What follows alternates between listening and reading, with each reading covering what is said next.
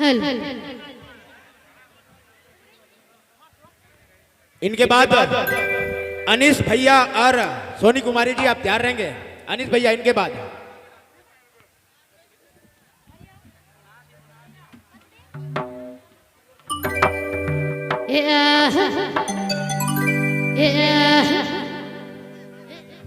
राजेश को भाई बहुत बहुत पहले दिवस से धन्यवाद है काहे कि गाना का पुरस्कार के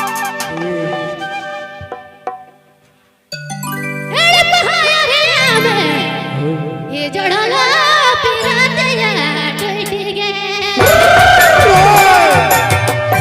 उठ के जाके देख तो गाना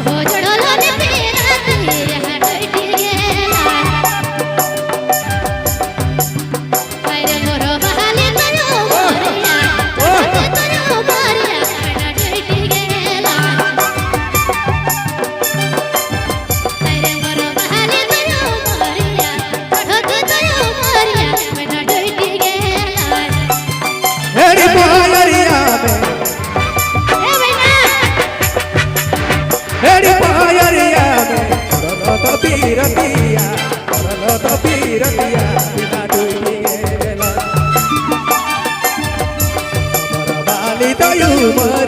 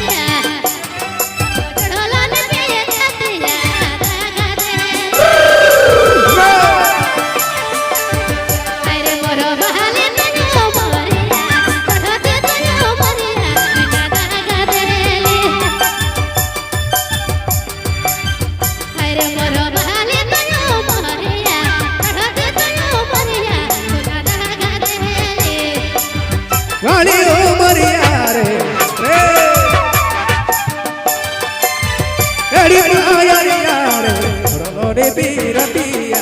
चढ़लो रे पीरतिया रानी डोली गेला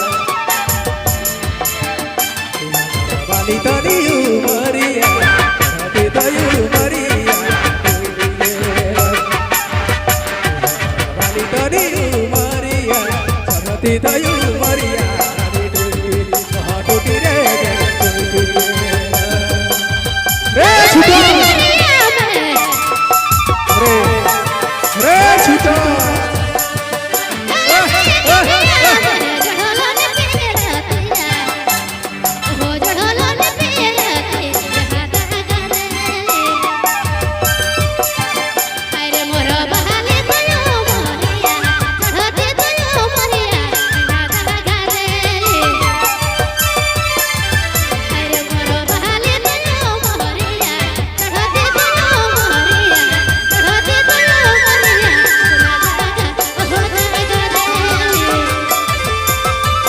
टूटी रे गेला डोली गेला टूटी रे गेला डोली गेला